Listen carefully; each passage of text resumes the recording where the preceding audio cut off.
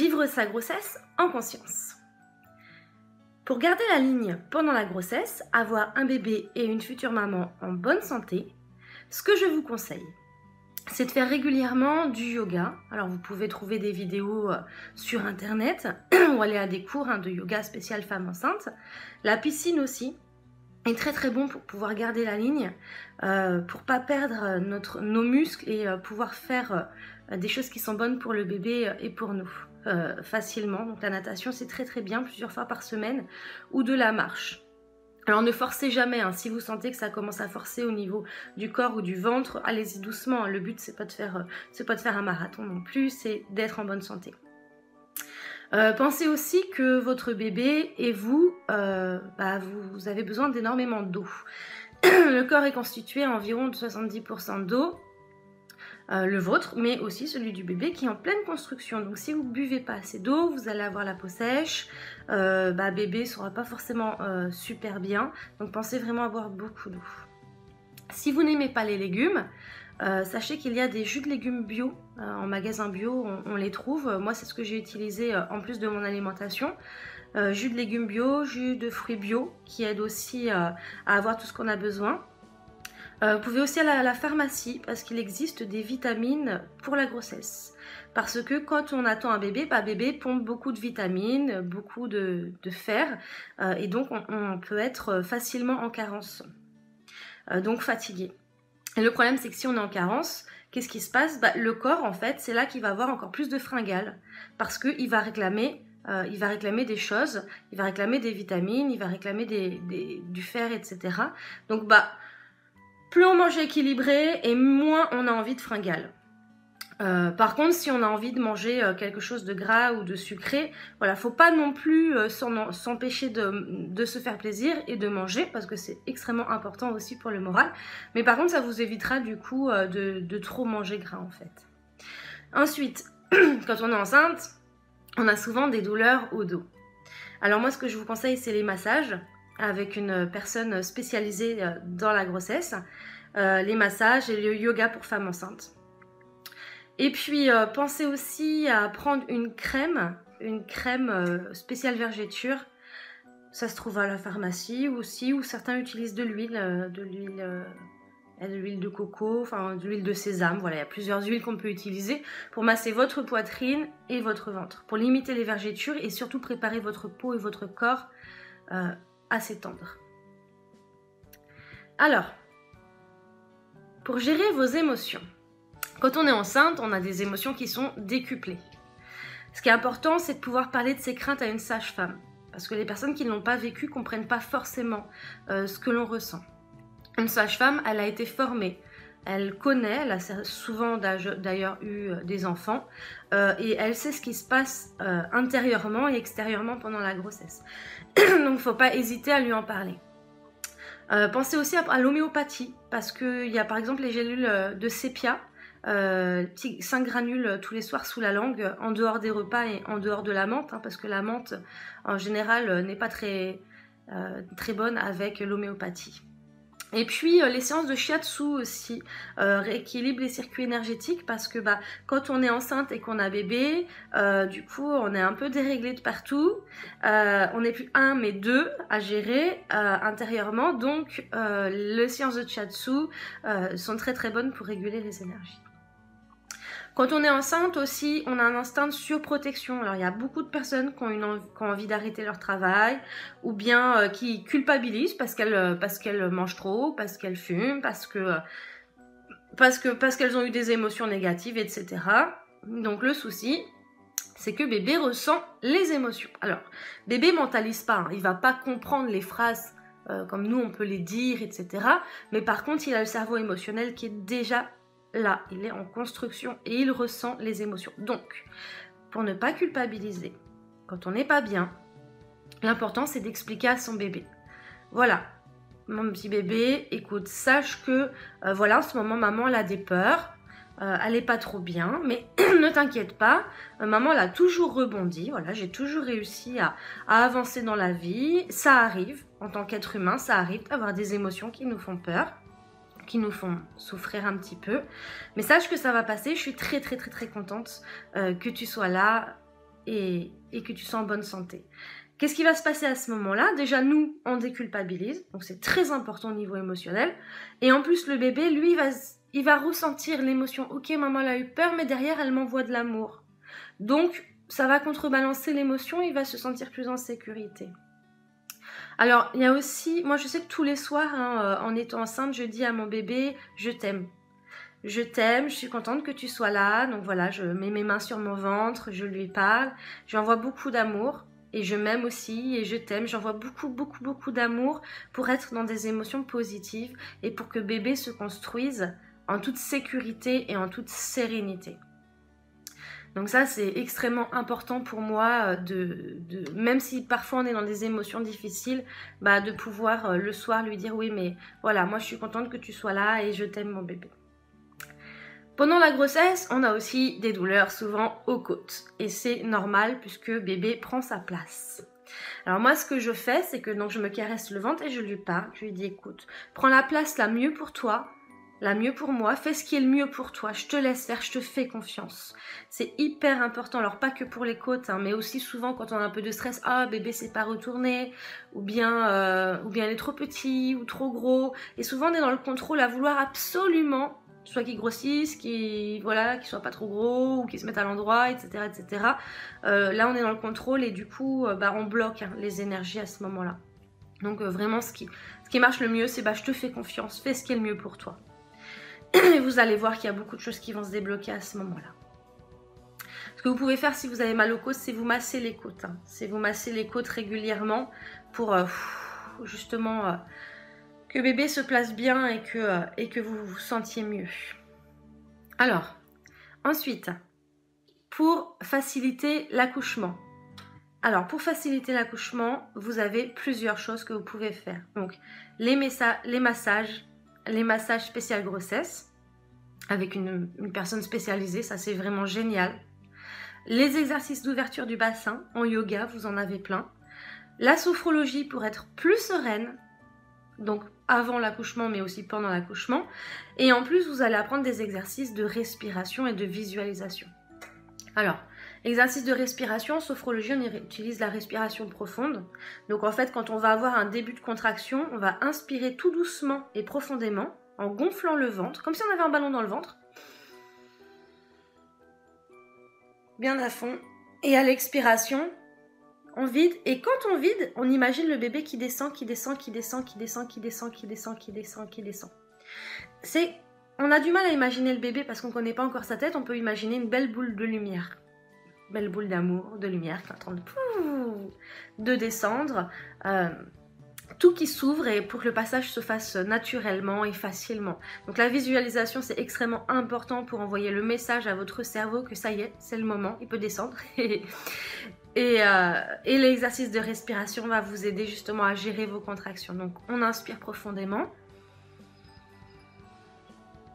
Et à l'expiration, on visualise le bébé qui descend, qui descend, qui descend, qui descend, qui descend et qui sort facilement. Ça va énormément vous aider. Alors, encore une astuce pour garder le moral quand on attend bébé, quand on est enceinte, c'est ce qui se passe, c'est qu'on a énormément de pensées pour notre bébé.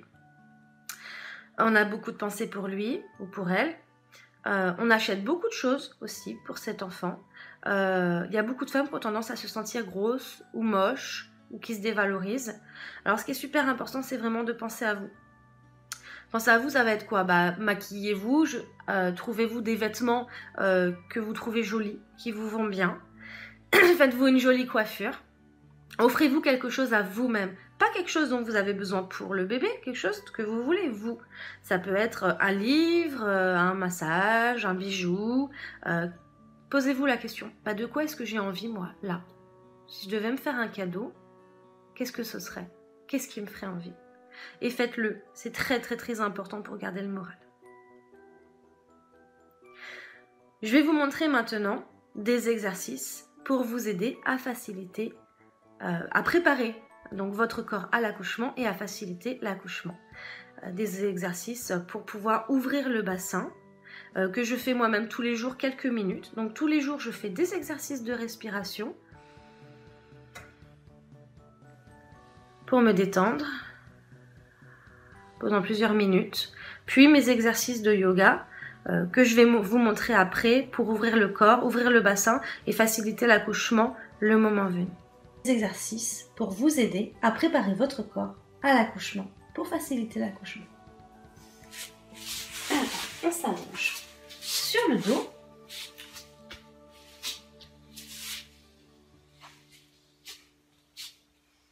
On plie les jambes, on ramène les jambes vers le ventre, alors assez ouvert hein, pour laisser la place au bébé et ne pas l'écraser. On met ses jambes dans ses mains, sans forcer, et on va masser le bas du dos. On ramène les genoux d'avant en arrière, doucement, pour masser le bas du dos et ouvrir. Ouvrir le corps et le préparer à l'accouchement. Donc on va faire ça quelques minutes.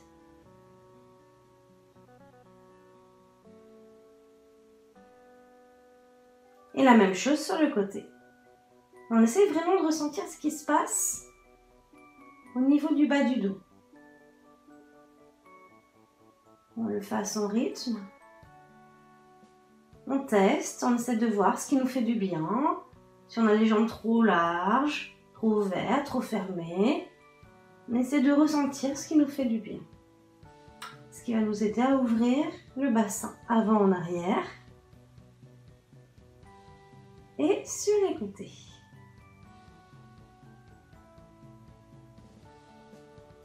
Voilà, vous faites ça tous les jours, quelques minutes.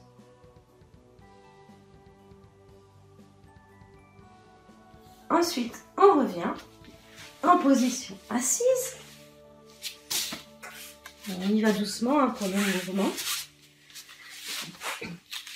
Les pieds collés l'un à l'autre.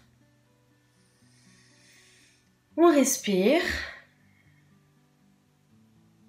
On se positionne dans la position la mieux pour nous. Et on bat des genoux, doucement, tranquillement. Toujours pour ouvrir, préparer le corps. On peut tenir ses pieds, on peut tenir ses chevilles. Et on essaye de ressentir ce qui se passe à l'intérieur. Alors pour ça, des fois, c'est plus facile de fermer les yeux. Et on ouvre. On ne force pas, hein. On y va vraiment à son rythme. Ça doit vraiment être une méthode de bien-être. Quelques minutes tous les jours.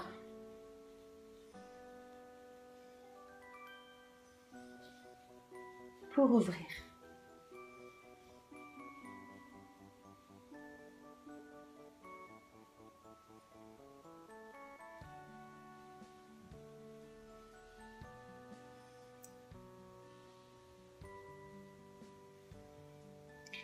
Ensuite, pour les côtes, quand on a des douleurs aux côtes, ce qui peut aider aussi, donc c'est de placer ses mains derrière. Alors, je vais me tourner pour que vous puissiez voir. On place ses mains derrière, ou comme ça, hein. Sans forcer, on va ouvrir les épaules, ouvrir les côtes. Doucement, on étire.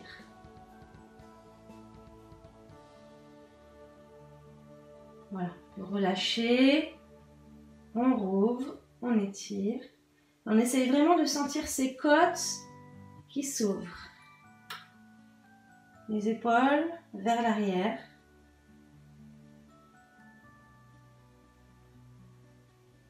Et on étire.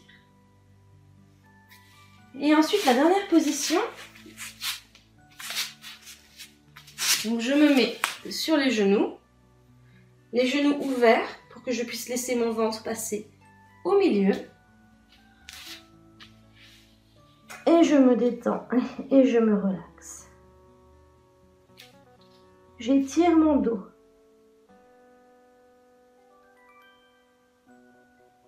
Et je relâche tout.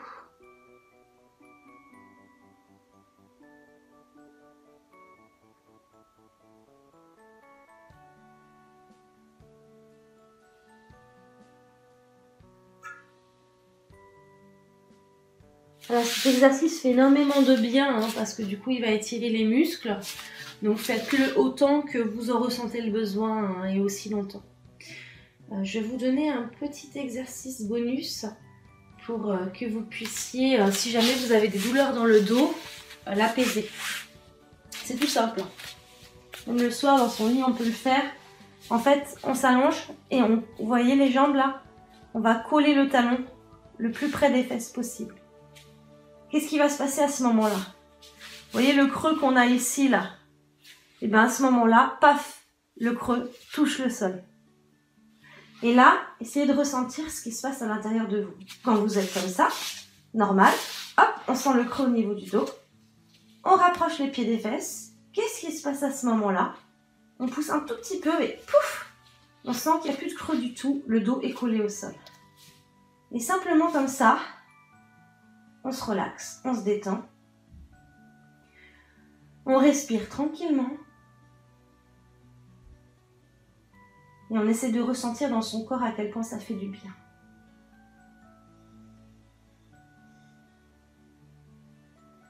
Et on se détend.